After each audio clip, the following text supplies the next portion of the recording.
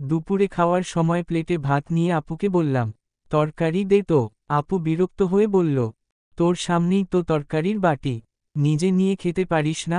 আমি নিজ হাতে তরকারি নিয়ে যখন খেতে যাব তখন আপু চেঁচিয়ে বলল, রাক্ষসের মতো পুরো বাটির তরকারি নিয়েছিস কেন?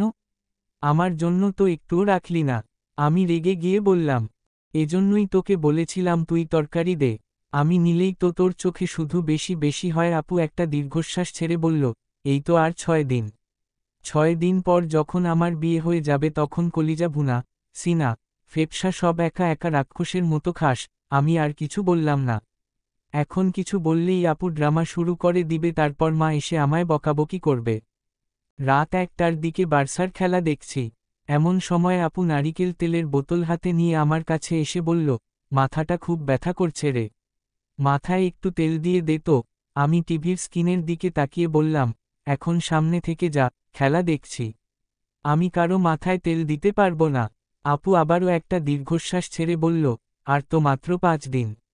5 দিন পর তোকে আর কেউ বলবে না মাথায় একটু তেল দিয়ে দিতে, তখন সারারাত আরাম করে খেলা দেখিস। আমি রাগে আপুর দিকে তাকিয়ে বললাম, আমাকে কি তোর মেয়ে মনে হয়? আমায় দিয়ে যৎসব মেয়েলি কাজ করাস, মাথায় তেল দেওয়া, মাথা থেকে উকুন আনা, আঙুলে নেলপলিশ লাগানো সব আমাকে দিয়ে করাস। আপু হেসে বলল, সত্যি বলতে তোর মাঝে একটা মেয়েলি মেয়েলি ভাব আছে, তুই কিন্তু বেশি ফাইজলামি করছিস, তাহলে আমায় ঠিক মতো তেল দিয়ে দে। আর ফাইজলামি করব না। আমি কিছু না বলে আপুর মাথায় তেল দিতে লাগলাম। আপু হুট করে বলল, আমার বিয়ে হয়ে গেলে আমায় মিস করবি? আমি টিভির স্ক্রিনের দিকে তাকিয়ে বললাম, কিসের মিস? তোর বিয়ে হলে আমি বাঁচব। আপু কিছু না বলে শুধু একটু হাসল। পরের দিন সকালে বিছানায় বসে একমনে ফোন টিপছি। এমন সময় আপু রুমে ঢুকে আমার মুখের উপর একটা নতুন পাঞ্জাবিটা ছুঁড়ে মেরে বলল, তাড়াতাড়ি এই পাঞ্জাবিটা পরে তৈরি হয়ে নে, তোকে নিয়ে এক জায়গায় যাব। আমি বিরক্তিকর চোখে আপুর দিকে তাকিয়ে বললাম, আমি কোথাও যেতে পারবো না। শুধু শুধু বিরক্ত করিস না। আপু মুখ গোমড়া করে দীর্ঘশ্বাস ছেড়ে বলল, আর তো মাত্র কয়েকটা দিন। কয়েকদিন পর যখন আমার বিয়ে হয়ে যাবে তখন তো তোকে আর কেউ বিরক্ত করবে না। বিয়ের পর চলে যাব জামাইয়ের সাথে দেশের বাহিরে, চাইলেও আমার এই মুখটা তুই কখনো দেখতে পাবি না।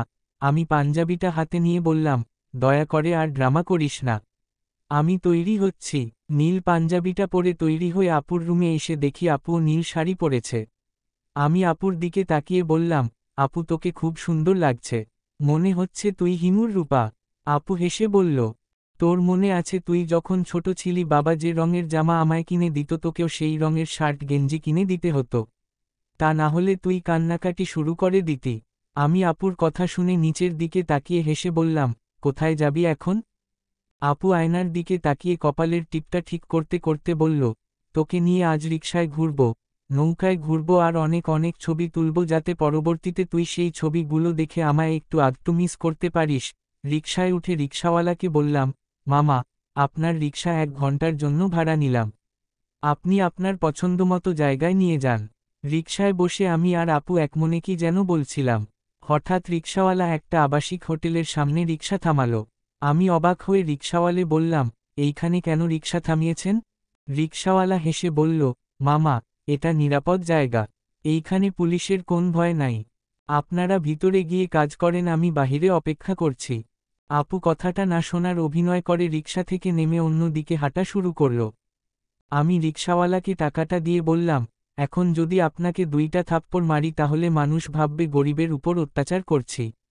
মেয়েটা আমার আপন বড় বোন হয়।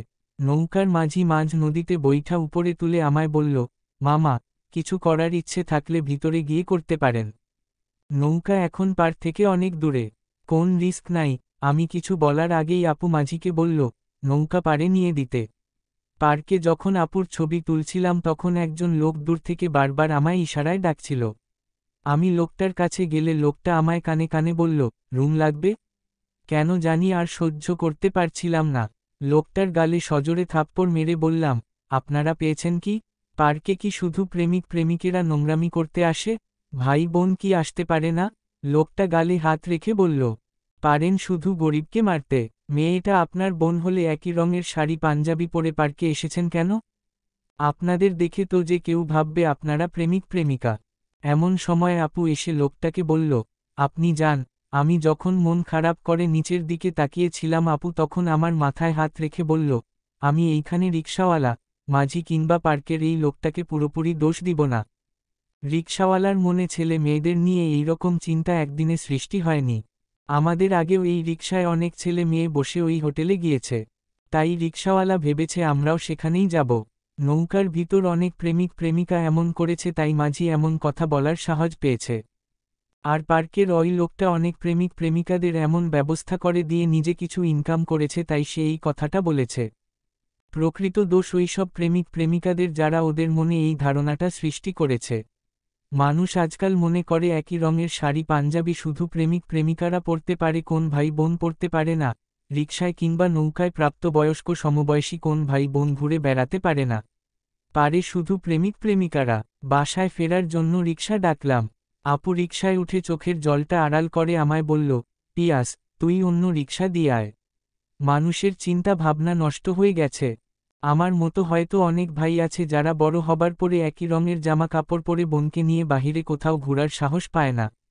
সমাজে নানা মানুষের নোংরা কথার ভয় একই রিকশা কিংবা নৌকায় ভাই বোন একসাথে একটু ঘুরে বেড়াতে চায় না। সমাপ্ত।